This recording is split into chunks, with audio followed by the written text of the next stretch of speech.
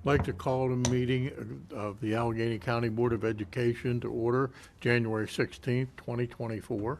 Please stand for the pledge. I pledge allegiance to the flag of the United States of America and to the republic for which it stands, one nation under God, indivisible, with liberty and justice for all.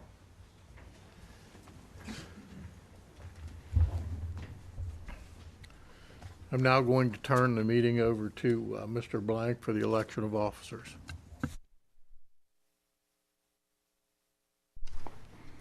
At this time, I'd like to open the floor for nomination for president. I'd like to nominate Mr. Farrell to stay on as president for this year. Second. Are there any other nominations? If no other nominations, I'll call to vote. All those in favor of Mr. Farrell being president? That reads unanimous. I'd like to open the floor for nomination for vice president.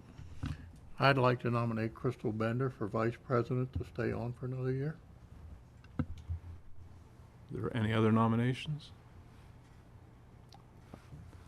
I don't need a second, right? Yeah. If there are no other nominations, all those in favor? Let that read unanimous. Mr. President, we'll continue. Thank you, Mr. Blank. Reading of a closed session summary for executive session held December 12th, 2023. The Allegany County Board of Education met on December 12th, 2023 in closed session at 3:30 p.m. at the central office. The purpose of the closed session was to consult with legal counsel, discuss a personnel matter, and engage in administrative function. All 5 board members were present, and the vote to go into executive session was unanimous. The topics discussed were hiring recommendation, retirement information, health insurance trust, health insurance carrier bid committee, electric school bus bid, and homeschool letter threat of litigation.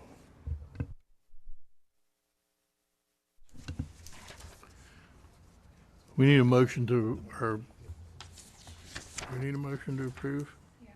Motion to approve the reading of the session summaries? No? Consent agenda. Oh, okay. Sorry, moving to consent agenda. I need a motion to approve the consent agenda. Motion to approve the consent agenda. Second. Motion by Ms. Bender, second by Ms. Lepley. All those in favor? Motion approved. Moving to instructional update.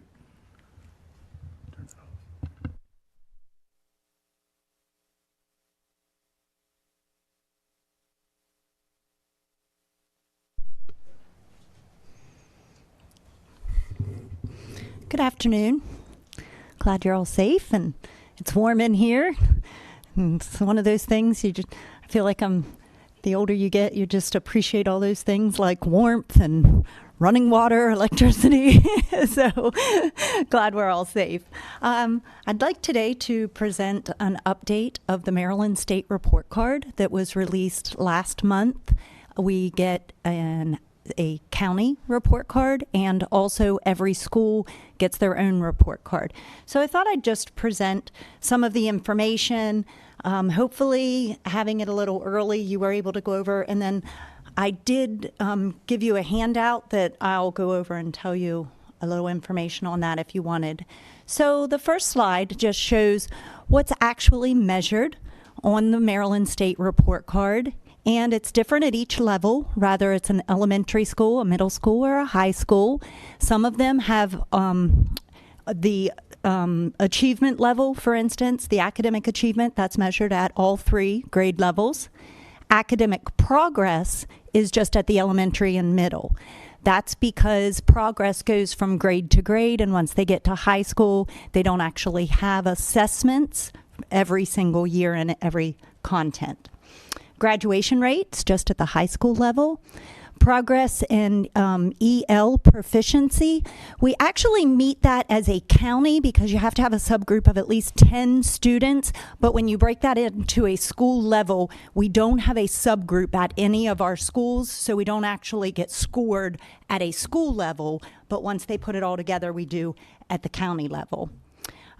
Readiness for post-secondary success is just at the high school level, and then all three do have the areas of school quality and student success. The report card, which all of these documents are public documents that you can just go on the website. You can see any school, county in the entire state of Maryland. Nothing is a secret. When you first pull it up, it looks like this. It hasn't changed from the last few years. At the top, you can see everyone is given a star rating, which I will tell you what it takes to achieve each of those on the next slide. Under that also says the percentile rank. That is against all of the other schools of the level, not all schools, but for instance, elementary have their own percentile rank, middle, and then high. You can see the indicator, points possible and earned. So at the school level, all of ours are only out of a total point of 90. So they calculate that so that our percent is accurate. Then it's only out of 90 points because, as I said, we don't have that EL indicator at a school level, and that's worth 10 points on report cards. Also on the front of the report card, you have an annual target, rather that's met or not. And it's like, well, what is that target? I could share that spreadsheet. It's interesting. So in 2017, when MCAP they first started with the benchmarking of the new MCAP. They took where the school achieved, and they said they wanted to close half the gap by the year 2030. So then that was what their targets were for each year.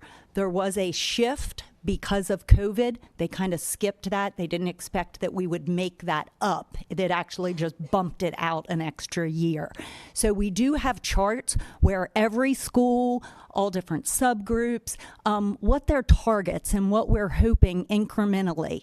For instance, if a school achieved in 2017 at a 40% proficiency, there's 60% to go. So closing half the gap, they say we'd like to see 30 of that closed over those years. And so they just take it and divide that right out between those years. And incrementally, you're supposed to increase. So technically, you can increase and not meet your targets because you just didn't increase enough. And then everything is given as a percentage based on those points. Whoops, sorry about that. I think I skipped one. Some of our schools were very close on the cut line of almost meeting the other star rating. You can see a 5-star rating. It takes 75% of your points to get a 5-star rating. We had some just bumping at that, but just didn't quite meet it. And then you need at least 60 for the 4-star. So that information is given to you there on that slide as far as what it takes to achieve each of those. And then putting it all together, how did we achieve, not per school, but as a county? Our elementary achieved 57.4% of our points. 6 of our schools were at a 4-star rating and 8 were at a 3. Middle school achieved 49.33% of our points. 2 were at a 3-star rating and 2 were at a 2-star. And at the high school level, we achieved 53.78% of our points. All 4 of our high schools were at a 3-star rating. Just to give you an overview, so kind of saying, oh, academic achievement or this or that, it's really broken down. And I'm not going to go over the details of the handout, but that's in case you wanted to look at it. And if you had other questions, Nicole is going to post that on board docs along with the presentation so that it's public, how we get these points and the breakdown. I tried to summarize, and I made it color-coded so that you could look at the sheet you have as well. But for the elementary report card, 20 points of it comes from an academic achievement section. 35 of it comes from academic progress, which I really like that the state acknowledges that progress is more important than where we're just temporarily achieving. So progress is worth 35, and it says how we get those 35 points. 10 points in the EL proficiency, and school quality and student success is also 35 points. This is 15 of the points is for attendance, and we get points for students that are not chronically absent. Chronically absent is if the student was absent more than 10% of the days they were in membership. And they have to be in membership at least 10 days for them to count. So if we just get someone that was new, they're not counted against us. If they weren't with us for at least 2 weeks, at that point it's a 10% if the student misses more than. I think at the last board meeting I talked about that our attendance is getting better, but we have not bounced back, and it's a real struggle for the teachers, educators. It's very tough to educate and to achieve all these other areas if the students aren't in front of their face learning. That in-person learning is so vital and important.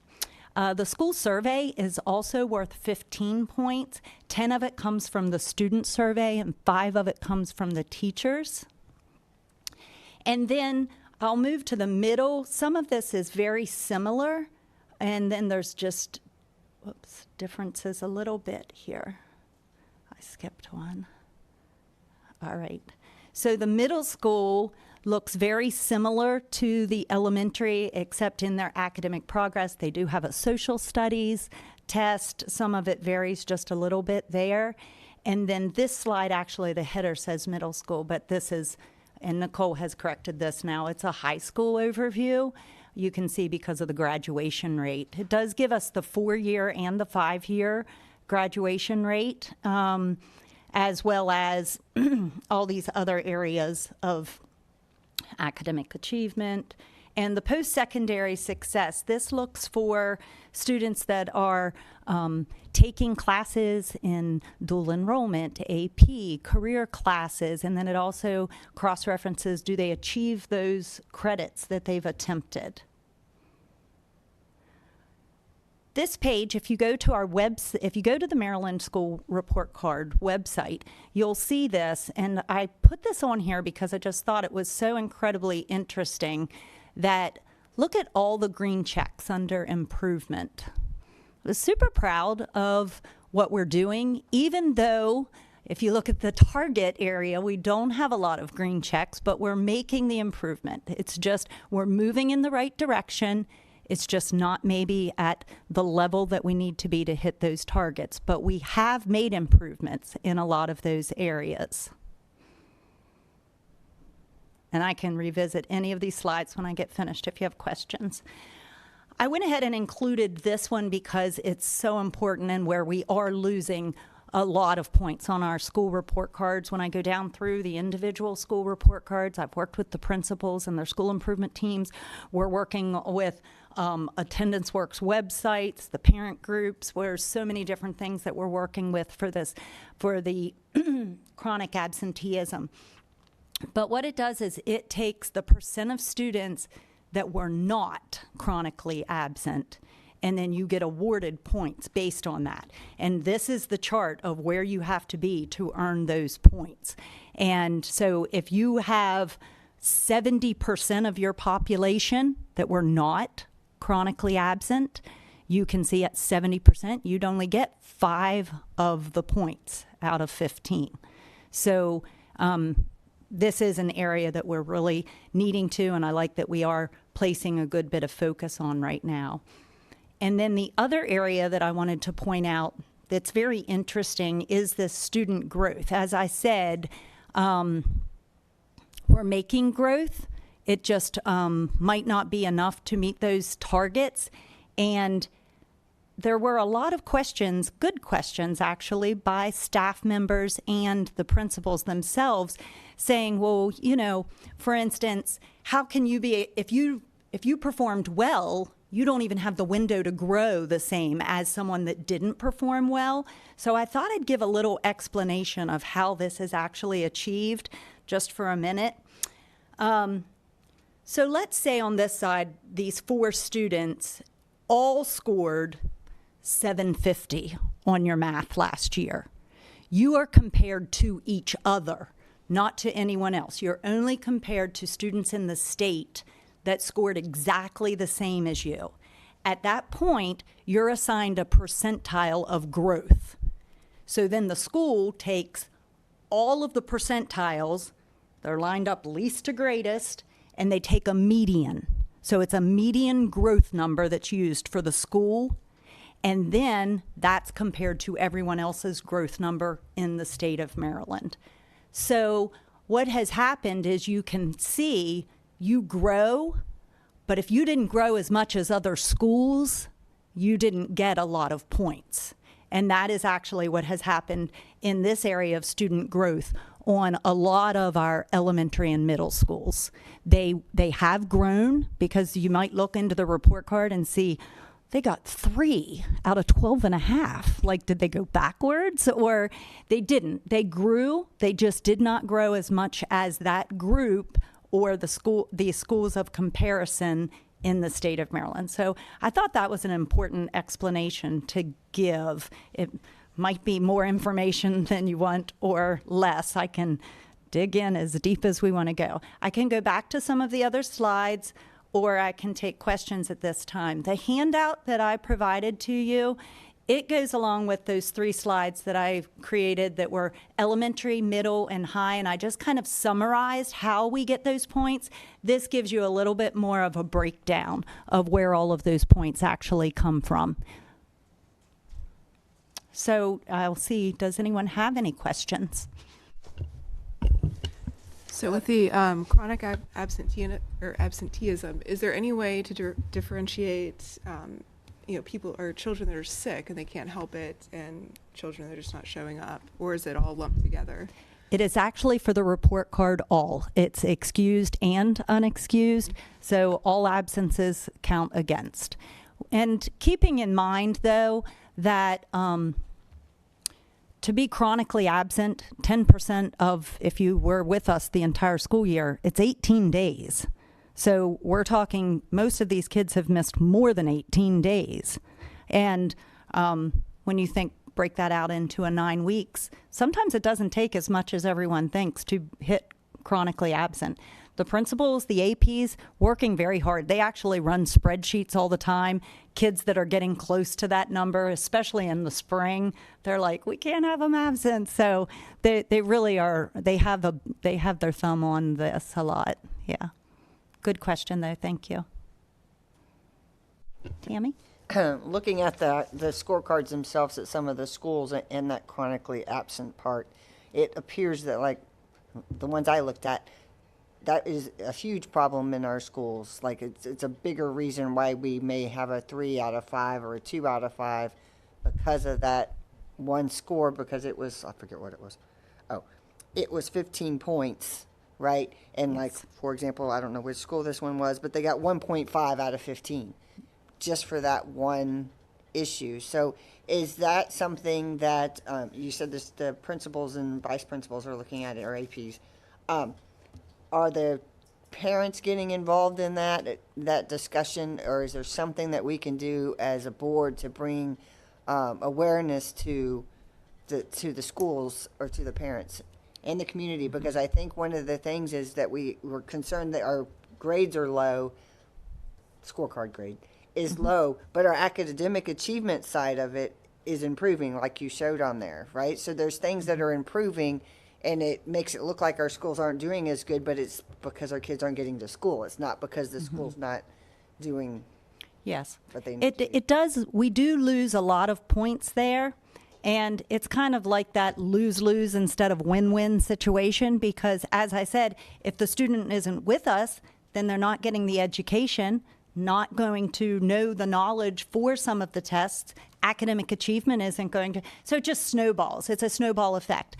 The elementary and middle schools especially are working with the parent groups. I know they have their newsletters that they send home. They have a lot of incentives that they try to do. They've actually shifted a huge part of our attendance. It was kind of a mindset if it was a half day, if, we just don't need to come, and then that's a huge hit for the schools. So a lot of the schools have started to do some of their reward things, fun activities on those half days in order to get the students to come on those days. So they are working and trying, but you're correct that where that's a lot of points of our report card that we're losing just because of that.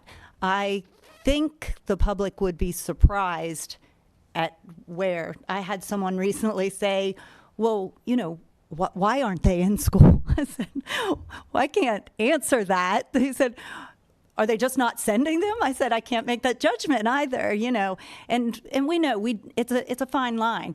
We don't want them to coming to school sick, because that just spreads all of those germs. So sometimes that's a judgment call. Some have said vacation should be excused and not counted in that. Most of those students that take a vacation in the school year, it's a week. There's 5 days. As I said, you have to miss more than 18 in order to be counted chronically absent. So it's actually a lot of days to miss school. But yes, we would be open to even more suggestions if you have them. Yes.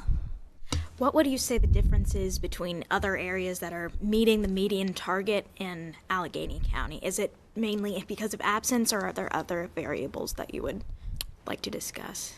We have dug into that, and it does snowball that the attendance seems to be a huge hit, but we actually did very well in a lot of our MCAP areas this year. So we felt like we're getting close back to comparing to those that we were close to before.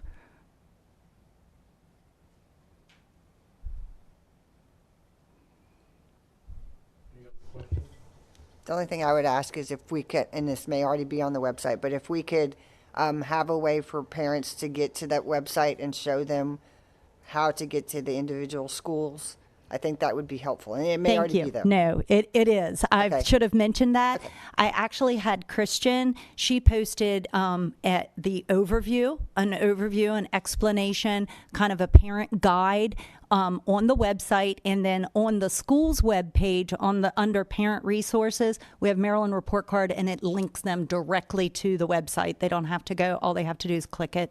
It takes them to that school's report card. But very good. I'm glad you mentioned, because we do already have that on the sites.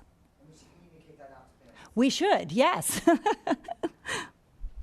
Thank you very much. Thank you. We appreciate you coming in. I know it was a bad day to come in, but that's here you all are. right. Thank It was you. postponed a few times, and it's good to get the knowledge out. Thanks. Thank you.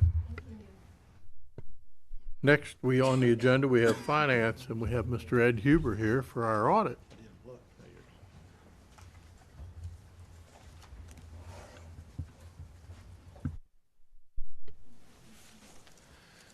Good afternoon.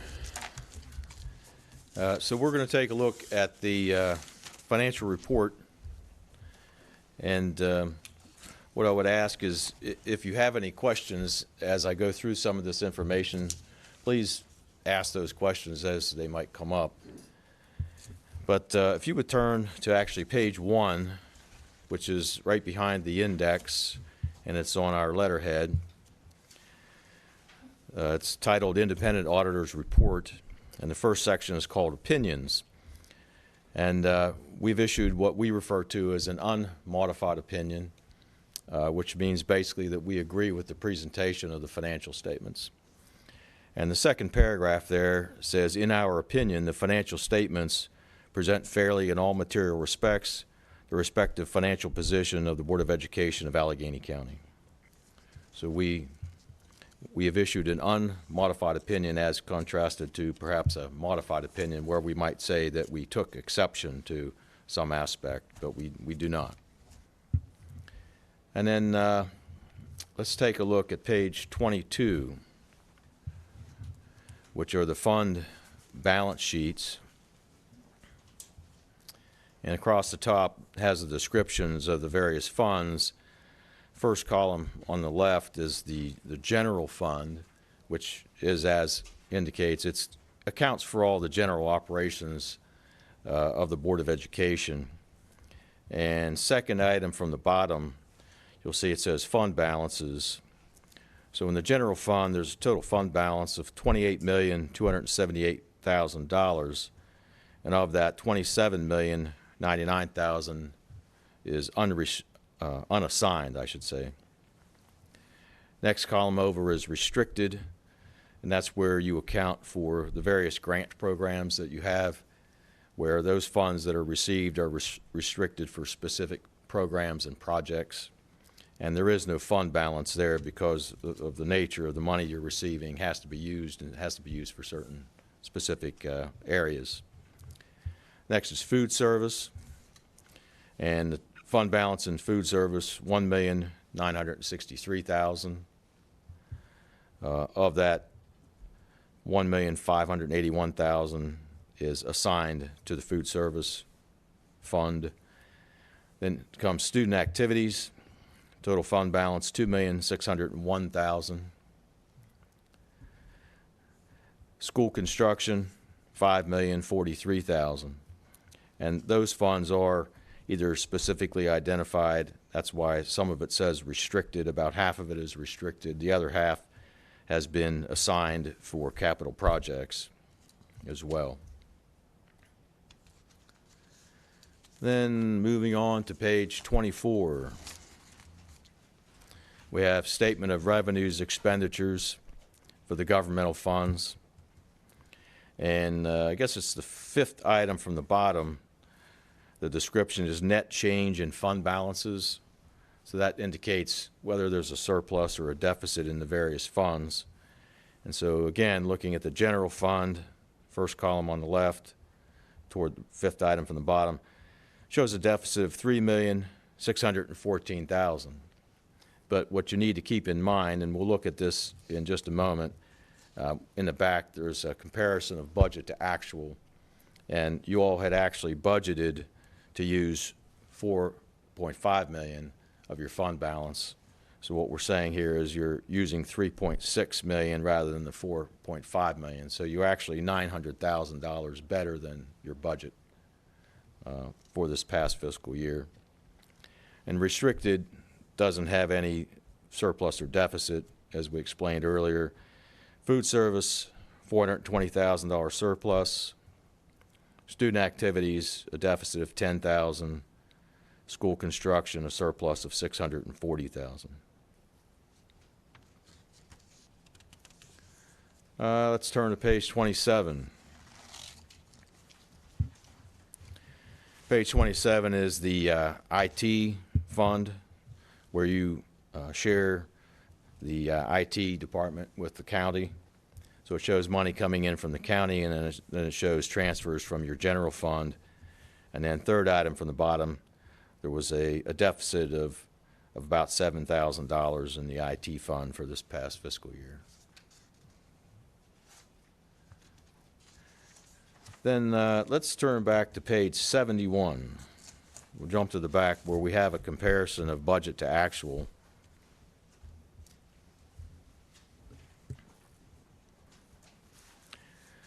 And the far right-hand column is the variance between the budget and the actual. And toward the top, under State Direct, you can see there was a negative variance of $3.6 million, but all of that, or mostly all of that, was the result of a pre-kindergarten grant that was anticipated to be unrestricted, but it ended up being restricted, and therefore it was accounted for as restricted funds rather than unrestricted funds. So you did receive the money, but you received it as restricted rather than unrestricted. And then if you move down under fund balance, you can see, as we mentioned, you had anticipated using $4.5 million of your fund balance, but as we said, you actually used $3.6 million of your fund balance. So you actually were about $900,000 better on your budget than what was anticipated. And then moving down to expenditures, there's basically three items there that make up the bulk of the variance. First one being instruction salaries. And again, that relates back to that pre-kindergarten grant, because it was accounted for as a restricted program, the revenue and the expenditures, associated expenditures, were in restricted rather than being in unrestricted. And moving down to fixed charges, there was a 1.6 million favorable variance there. And fixed charges, there were savings in about 3 different areas. One had to do with your health benefits, second with payroll taxes and retirement. So they all were really payroll related, and again, somewhat related to that pre-kindergarten grant being restricted versus unrestricted. And then down under capital outlay, there was a $2 million negative variance, and almost all of that related to subscription-based IT arrangements. So, you purchased software that was applicable to multiple years. It was perhaps paid for in a prior year, but the expense was reflected over, say, if it was a 3-year contract, the expense was reflected over a 3-year contract, even though it may have actually been paid for in the prior year. So that's why that is showing up in that manner. Then the last thing I'll just point out is page 82 is school activities. And the far right-hand column reflects the fund balances of the various schools as of the end of the fiscal year. And what you'll note there is that all of them are positive. And in the past, there have been times when some of the schools had a negative fund balance, which just was obviously would not be favorable from the standpoint if they spent more money than what they were allotted. Any questions?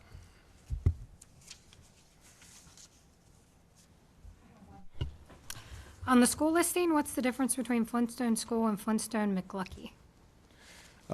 Yes, a number of years ago, there was an individual named McLucky that left a large inheritance to the school. So that's been accounted for separately.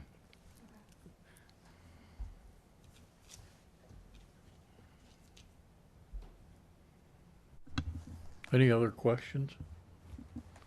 We want to thank the board, want to thank you and your firm, and also Mr. McKenzie and his staff for accomplishing this large task. I know it was quite a feat this year. I know there were a couple of different hang-ups and staffing problems, but we want to thank you for all the hard work and appreciate everything you did.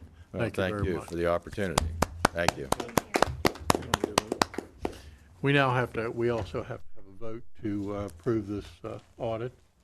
So I need a motion. Motion to approve the audit as presented. Motion by Ms. Fraley. Second. Second by Dr. Bond. All those in favor? Unanimous? Adopted.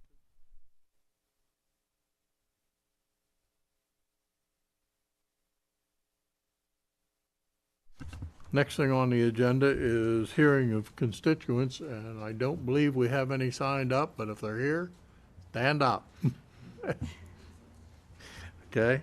Don't have any of that. Mr. Llewellyn, consider first reading of Behavioral Threat Assessment Policy, JLDAC. The next 3 on your agenda, so GLDAC, its regulation, and then GLDAD R1 are all updates as it relates to your behavioral threat assessment policy and the threat assessment team policy. These are updates coming from the Maryland Center for School Safety and MSDE, and just mainly some language changes, but we're changing the language to match the state's model policy. So this first one is a policy. It will require 2 readings. The changes are highlighted. We are only voting on the First reading of behavioral threat assessment. The other two are regulations which do not require a vote. So on the first reading of behavioral threat assessment, I need a motion to approve. I move to approve the first reading of Behavioral Threat Assessment Policy, JLDAC. Moved by Dr. Bond, Second. second by Ms. Bender. All those in favor? Approved. We need to vote to meet in executive session on February, excuse me? That just would note, is there any objections to JLDAC R1 and JLDAD R1? That'd be the regulations. Right. Okay. No objections? Okay.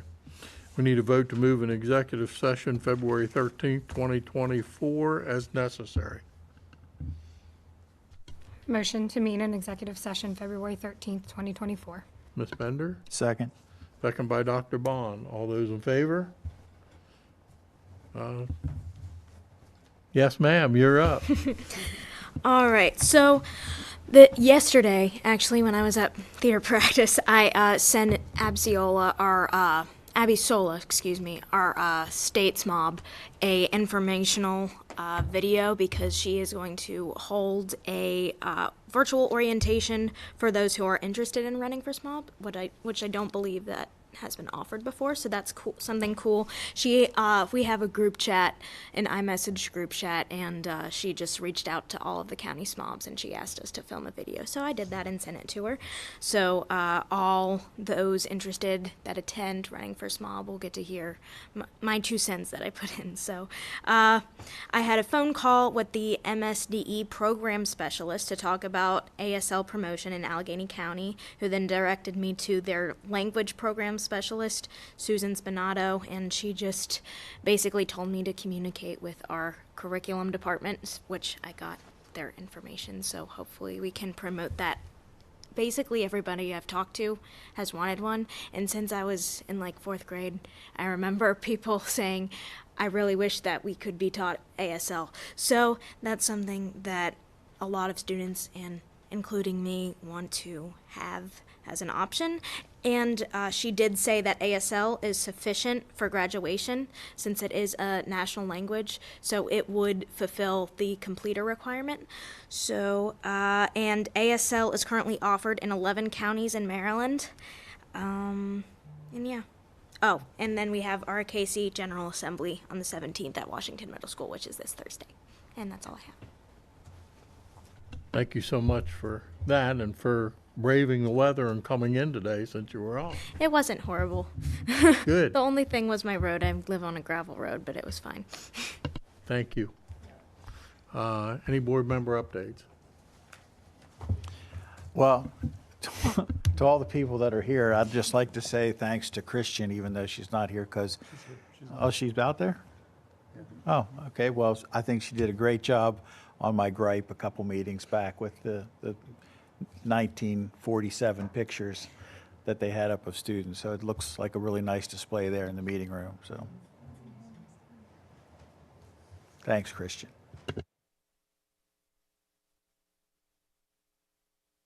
Any other board member updates? Next thing is the motion to adjourn. Motion to adjourn. Ms. Bender, Second. Dr. Bond, all those in favor? We're out of here.